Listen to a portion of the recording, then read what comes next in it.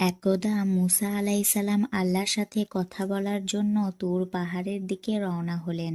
কিছু সময় পথ চলার পর তিনি তুর পাহাড়ে এসে পৌঁছালেন। তখন আল্লাহ রাব্বুল আলামিন গায়েবী আওয়াজের মাধ্যমে হযরত মুসা আলাইসাল্লামের সাথে কথা বলা শুরু করলেন। হযরত মুসা আলাইসাল্লাম আল্লাহ রাব্বুল আলামিনকে জিজ্ঞাসা করলেন, হে আল্লাহ, আমি জানতে চাই জান্নাতে আমার সাথে কে থাকবে। তখন আল্লাহ বললেন, হে মূসা, এই বনী ইসরায়েলের মধ্যে একজন কসাই বসবাস করে।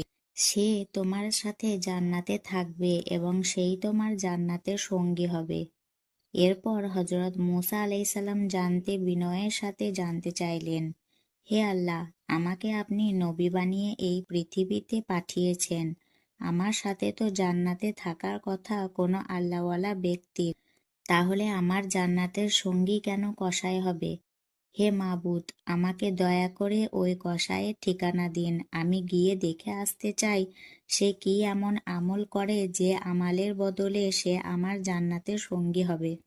তখন আল্লাহ বললেন, হে মূসা, আজকে তুমি বাড়িতে চলে যাও। সময় হলে আমি তোমাকে ডেকে আনব। আল্লাহর কথা শুনে মূসা আলাইসাল্লাম বাড়ির দিকে রওনা হলেন। এভাবে বেশ কিছুদিন অতিবাহিত হওয়ার পর একদিন হযরত মূসা আলাইসাল্লাম কোনো এক জায়গায় সফর করার জন্য বাড়ি থেকে রওনা হলেন। তিনি রাস্তা দিয়ে হাঁটতে হাঁটতে পথিমধ্যে দেখতে পেলেন একজন মহিলা রাস্তার পাশে দাঁড়িয়ে কান্না করছে। মহিলাটি হযরত মূসা আলাইসাল্লামকে দেখে তার কাছে আসলেন এবং মূসা আলাইসাল্লামকে জিজ্ঞাসা করলেন, হে আল্লাহর নবী মূসা, আপনি কি আজকে আল্লাহর সাথে কথা বলার জন্য তুর পাহাড়ে যাচ্ছেন? যদি তাই হয়ে থাকে তাহলে আল্লাহর কাছে আমার একটি আর্জি পৌঁছে দেবেন। আপনি আল্লাহর কাছে জিজ্ঞাসা করবেন, বিয়ের এত বছর হয়ে গেল তবুও আল্লাহ রাব্বুল আলামিন কেন এখনো পর্যন্ত কোনো সন্তান দান করলেন না। আমি জানতে চাই আমার কি অপরাধ যার কারণে আমি এখনো সন্তানের মুখ দেখতে পারলাম না। হে মূসা, আপনি আপনার আল্লাহকে জিজ্ঞাসা করবেন আমার কোনো ভুল আছে কিনা, কোন ভুলের জন্য আমার এত বছর হয়ে গেছে বিয়ের এখনো পর্যন্ত আমি কোনো সন্তান কোলে নিতে পারলাম না। মহিলাটির মুখে এরকম কথা শুনে মূসা আলাইসাল্লাম অবাক হয়ে গেলেন। তারপর তিনি ওই মহিলাকে বললেন, ঠিক আছে, আমি অবশ্যই আল্লাহ রাব্বুল আলামিনের কাছে আপনার এই কথার জিজ্ঞাসা করব। তারপর মূসা আলাইসাল্লাম সামনের দিকে হাঁটতে লাগলেন। তারপর তিনি মনস্থির করলেন আর সফরে যাবেন না। তারপর তিনি তুর পাহাড়ের দিকে রওনা হলেন এবং তুর পাহাড়ে এসে আল্লাহ রাব্বুল আলামিনের সাথে কথা বলা শুরু করলেন। মূসা আলাইসাল্লাম আল্লাহর কাছে জানতে চাইলেন, হে আল্লাহ, আমি রাস্তা দিয়ে আসার সময় এক মহিলা আমাকে বলেছে তার বিয়ের অনেক দিন হয়ে যাবার পরেও তাকে কেন আপনি এখনো কোনো সন্তান দান করেননি। সে জানতে চেয়েছে তার কি এমন অন্যায়, কি এমন অপরাধ যার কারণে আপনি বিয়ের এত বছর পরেও সে কোনো সন্তানের মুখ দেখতে পারল না। তারপর আল্লাহ রাব্বুল আলামিন গায়েবী আওয়াজের মাধ্যমে জানিয়ে দিলেন, হে মূসা, তুমি ওই মহিলাকে জানিয়ে দাও যে আল্লাহ রাব্বুল আলামিন তার ভাগ্যে কোনো সন্তান লেখেননি, যার কারণে সে মা হতে পারেনি। একমাত্র আল্লাহই যাকে চাইবে সন্তান দান করবে। যার ভাগ্যে সন্তান লেখা থাকবে সে শুধুমাত্র সন্তানের মুখ দেখতে পারবে। ওই মহিলার ভাগ্যে কোনো সন্তান লেখা নেই, তাই সে কোনোদিন মা হতে পারবে না। আল্লাহ রাব্বুল আলামিনের কাছে এরকম কথা শোনার পর হযরত মূসা আলাইসাল্লাম বাড়ির দিকে রওনা হলেন। হঠাৎ করে তার ওই মহিলার কথা মনে পড়ে গেল। তারপর তিনি ওই মহিলার বাড়ির দিকে রওনা হলেন। অতঃপর তিনি ওই মহিলার বাড়ির ভিতর প্রবেশ করলেন এবং ওই মহিলাকে বললেন, হে মা, আল্লাহ রাব্বুল আলামিনের সাথে আমার কথা হয়েছে। আল্লাহ জানিয়ে দিয়েছেন তোমার ভাগ্যে কোনো সন্তান লেখা নেই, যার কারণে তুমি কখনোই মা হতে পারবে না। হযরত মূসা আলাইসাল্লামের মুখে এমন কথা শুনে ওই মহিলা চিৎকার দিয়ে অঝরে কাঁদতে লাগলো। মূসা আলাইসাল্লাম সেখান থেকে চলে আসলেন। ওই ঘটনার কিছুদিন পর একজন আল্লাহওয়ালা বুজুর্গ ফকির আসলেন এবং বললেন, বাড়িতে কি কেউ আছেন? আমাকে কিছু খেতে দিন, আমি বেশ কিছুদিন যাবৎ না খেয়ে আছি, আমাকে কিছু খেতে দিন, নিশ্চয়ই আল্লাহ আপনার মনের আশা পূরণ করবেন।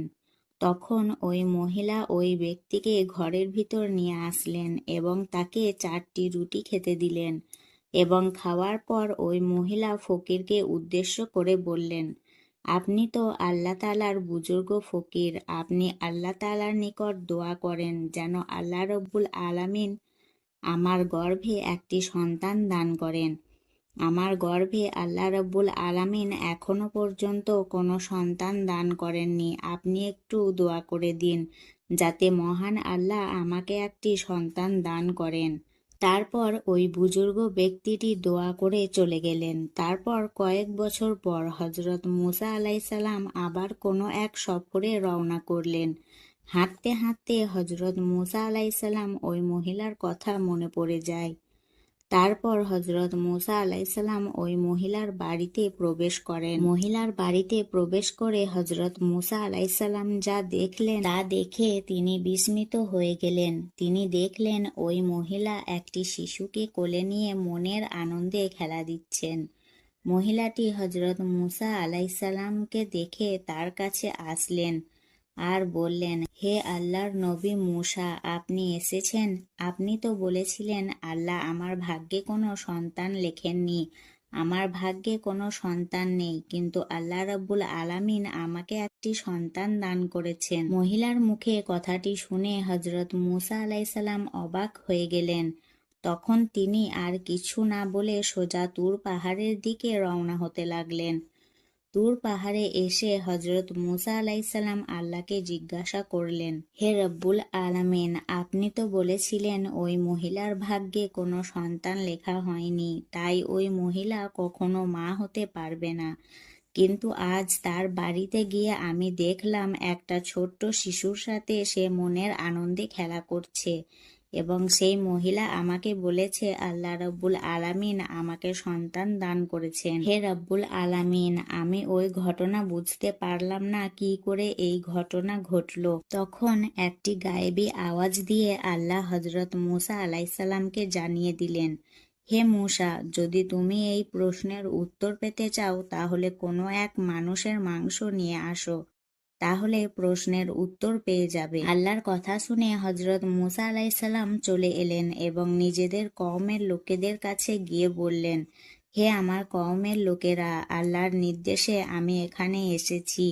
আল্লাহ বলেছেন মানুষের মাংস নিয়ে যেতে। তোমাদের মধ্যে কেউ কি আছো যে আমাকে কেউ নিজের শরীর থেকে এক টুকরো মাংস কেটে দেবে? মুসা আলাইসাল্লামের মুখে এমন কথা শুনে তার কওমের লোকেরা অস্বীকৃতি জানিয়ে সেখান থেকে চলে গেল। এই ঘটনায় হযরত মুসা আলাইসাল্লাম অনেক চিন্তিত হয়ে গেলেন। চিন্তিত মন নিয়ে তিনি এদিক সেদিক ঘোরাফেরা করতে লাগলেন। অবশেষে কোনো সমাধান না পেয়ে তিনি বাড়ির দিকে রওনা হলেন। এমন সময় পিছন থেকে একজন বুজুর্গ ব্যক্তি হযরত মুসাকে ডাক দিয়ে বললেন, হে আল্লাহর নবী মুসা, আপনাকে এত চিন্তিত দেখাচ্ছে কেন? ঘটনা কি বলেন আমাকে। হযরত মুসা আলাইসাল্লাম বললেন, আল্লাহ রাব্বুল আলামিন আমাকে বলেছেন মানুষের মাংস নিয়ে যেতে, তাই আমি আমার কওমের লোকেদের কাছে এসেছিলাম, কিন্তু কেউ আমাকে এক টুকরো মাংস দিতে রাজি হলো না, সবাই মুখ ফিরিয়ে নিল। তখন বুজুর্গ ব্যক্তিটি মুসা আলাইসাল্লামের কাছ থেকে চাকুটি নিয়ে তার শরীরে এক টুকরো মাংস কেটে মুসা আলাইসাল্লামকে দিয়ে দিল এবং সেখান থেকে চলে গেল। হযরত মুসা আলাইসাল্লাম ঘটনাটি দেখার পর অত্যন্ত অবাক হয়ে গেলেন। অতঃপর মাংসটি নিয়ে তিনি তুর পাহাড়ে চলে আসলেন। অতঃপর মুসা আলাইসাল্লাম বললেন, হে আল্লাহ, আমি মানুষের মাংস নিয়ে এসেছি, কিন্তু এই মাংসের জন্য আমি আমার কওমের লোকেদের কাছে গিয়েছিলাম, কিন্তু কোনো মানুষই তাদের শরীর থেকে এক টুকরো মাংস দিতে রাজি হয়নি। হঠাৎ একজন বুজুর্গ ব্যক্তি তার শরীরের মাংস কেটে আমাকে দিয়ে দিল। তখন আল্লাহ গায়েবী আওয়াজের মাধ্যমে মুসা আলাইসাল্লামকে বললেন, হে মুসা, তোমার তো মানুষের মাংসের জন্য অন্য কারোর কাছে যাওয়ার দরকার ছিল না, তার জন্য তো তুমি নিজেই যথেষ্ট ছিলে। এরই মধ্যে তোমার প্রশ্নের উত্তর তুমি পেয়ে গেছো। আর যে ব্যক্তিটি আমি আল্লাহর নাম শোনামাত্র তার শরীরের মাংস কেটে দিয়ে দিল, তার দোয়ার বরকতের ফলেই আমি ওই মহিলার গর্ভে সন্তান দান করেছি। হে মূসা, জেনে রেখো যে আমার জন্য পাগল আমি আল্লাহ নামের উপর সব কিছু যে বিসর্জন দিয়ে দেয় এবং আমি আল্লাহকে খুশি করার জন্য সব কিছু মেনে নেয়, আমি রব্বুল আলামিন তার জন্য সব কিছু করতে পারি। তার দোয়ার ফলে আমি মানুষের ভাগ্য পরিবর্তন করে দিতে পারি। আল্লাহর কাছে প্রশ্নের উত্তর পেয়ে মুসা আলাইসাল্লাম বাড়িতে চলে এলেন। এভাবেই কিছুদিন কেটে গেল। একদিন হজরত মুসা আলাইসাল্লামের মনে পড়ল একজন কসাই তার জান্নাতের সঙ্গী হবে। যখন মুসা আলাইসাল্লাম তা মনে পড়ল, তখন তিনি তুর পাহাড়ের দিকে রওনা হলেন প্রশ্নের উত্তরের জন্য। হজরত মুসা আলাইসাল্লাম তুর পাহাড়ে এসে আল্লাহকে জিজ্ঞেস করলেন, হে আল্লাহ রাব্বুল আলামিন, আপনি বলেছিলেন এই বনি ইসরায়েলের একজন কসাই আমার জান্নাতের সঙ্গী হবে। দয়া করে আমাকে সেই কসাইয়ের ঠিকানা আমাকে দেন। আমি দেখে আসতে চাই সে কি এমন আমল করার কারণে সে আমার সাথে জান্নাতে যাবে। তারপর আল্লাহ রাব্বুল আলামিন গায়েবী আওয়াজের মাধ্যমে মুসা আলাইসাল্লামকে সেই কসাইয়ের ঠিকানা দিলেন। তারপর মুসা আলাইসাল্লাম তুর পাহাড় থেকে সেই কসাইয়ের দোকানে আসলেন। মুসা আলাইসাল্লাম কসাইয়ের দোকানে দূর থেকে দেখলেন কসাই মাংস কাটছে এবং ভালো ভালো মাংসগুলো কেটে একটি পাত্রে রাখছে। আর কোনো আমল মুসা আলাইসাল্লাম দেখতে পাচ্ছেন না। কিছুক্ষণ পর কসাই দোকান বন্ধ করে ভালো ভালো মাংসের পাত্রটি নিয়ে বাড়ির দিকে রওনা করলেন। মুসা আলাইসাল্লামও কসাইয়ের পথ অনুসরণ করতে লাগলো। কিছুক্ষণ পর কসাই বাড়িতে পৌঁছালো। মুসা আলাইসাল্লাম সেদিন কসাইয়ের বাড়িটি অনুসরণ করে চলে গেলেন। পরের দিন মুসা আলাইসাল্লাম কসাইয়ের বাড়িতে এসে দরজায় টোকা দিয়ে বললেন, বাড়িতে কি কেউ আছেন? কিন্তু বাড়ির ভিতর থেকে কোনো আওয়াজ আসে না। তখন মুসা আলাইসাল্লাম ভাবলেন এই বাড়িতে মনে হয় আর কেউ থাকে না। তখন মুসা আলাইসাল্লাম কসাইয়ের বাড়ি থেকে আবার কসাইয়ের দোকানে চলে গেলেন। আবার মুসা আলাইসাল্লাম দূর থেকে লক্ষ্য করলেন সেদিনের মতো আবার কসাই ভালো ভালো কিছু মাংস কেটে একটি পাত্রে রাখছেন। ঠিক তখনই দোকানের মধ্যে একটি ক্রেতাও ছিল এবং বললেন, ভাই, আমাকে সেই ভালো ভালো মাংসের টুকরো থেকে মাংস দিন। এর বিনিময়ে আপনাকে আমি অতিরিক্ত অর্থ প্রদান করব। তখন কসাই বলল, ভাই, আপনি আমাকে অতিরিক্ত যতই দাম দেন না কেন, আমি এই মাংসগুলো বিক্রি করব না। আমি এই মাংসগুলো বাড়িতে নিয়ে যাব। মুসা আলাইসাল্লাম মনে মনে চিন্তা করতে লাগলেন, বাড়িতে তো কেউ থাকে না, তাহলে এই মাংসগুলো কার জন্য নিয়ে যাবে? অতঃপর ক্রেতা অন্য মাংস নিয়ে চলে গেল। কসাই দোকান বন্ধ করে সেই ভালো ভালো মাংসের টুকরোগুলো নিয়ে বাড়ির দিকে রওনা করলেন। তখন মুসা আলাইসাল্লাম কসাইয়ের পিছু পিছু অনুসরণ করতে লাগলেন। মুসা আলাইসাল্লাম দেখলেন কসাই যখন বাড়িতে আসলেন, দরজা খুলে ভেতরে প্রবেশ করলেন। কিছুক্ষণ পর মুসা আলাইসাল্লাম দরজার কাছে এসে বললেন, বাড়িতে কি কেউ আছেন? আমি একজন মুসাফির। আমি অনেক বিপদে পড়ে এসেছি। আজকের রাতটুকু এখানে কাটাতে চাই। তখন ঘর থেকে কসাই এসে বলল, আপনাকে তো ঠিক চিনতে পারলাম না।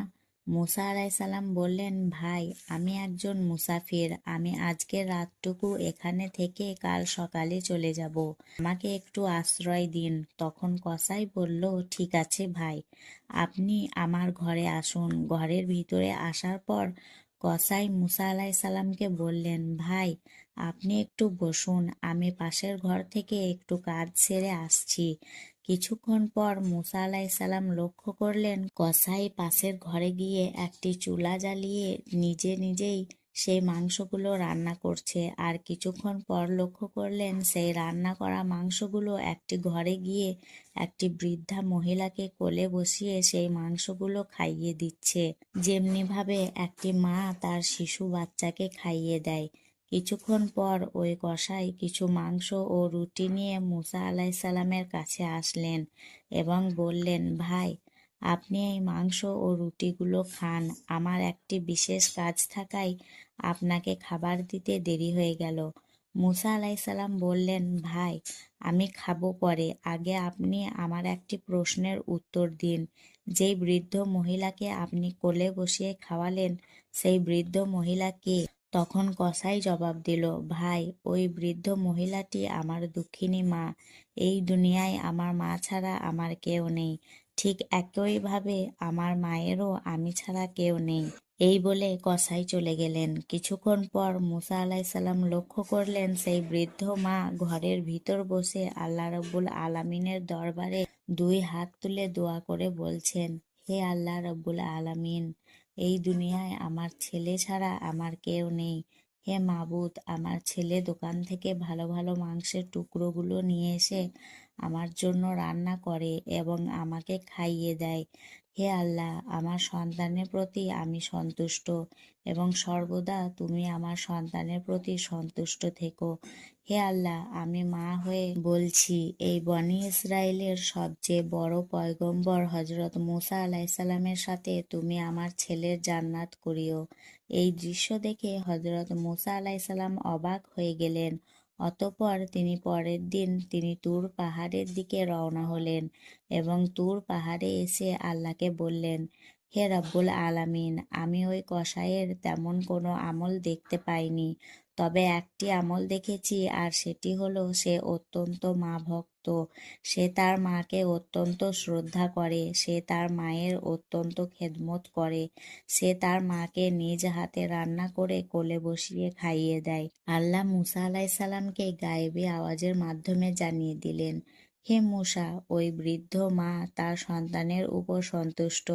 তার সন্তান তার মাকে অত্যন্ত শ্রদ্ধা ও সম্মান করে, যার কারণে তার মা সন্তানের প্রতি সন্তুষ্ট হয়ে আল্লাহর দরবারে প্রতিদিন দুই হাত তুলে দোয়া করে বলে, মাবুদ, আমার সন্তানকে তুমি মুসা নবীর সাথে জান্নাতে থাকার ব্যবস্থা করে দিও। হে মুসা, আমি দুনিয়ার সব কিছু ফিরিয়ে দিলেও মায়ের দোয়া কখনো ফিরিয়ে দিতে পারি না। আমি সেই বৃদ্ধ মায়ের দোয়া কবুল করে নিয়েছি, আর এই জন্যই কসাই তোমার সাথে জান্নাতে বসবাস করবে।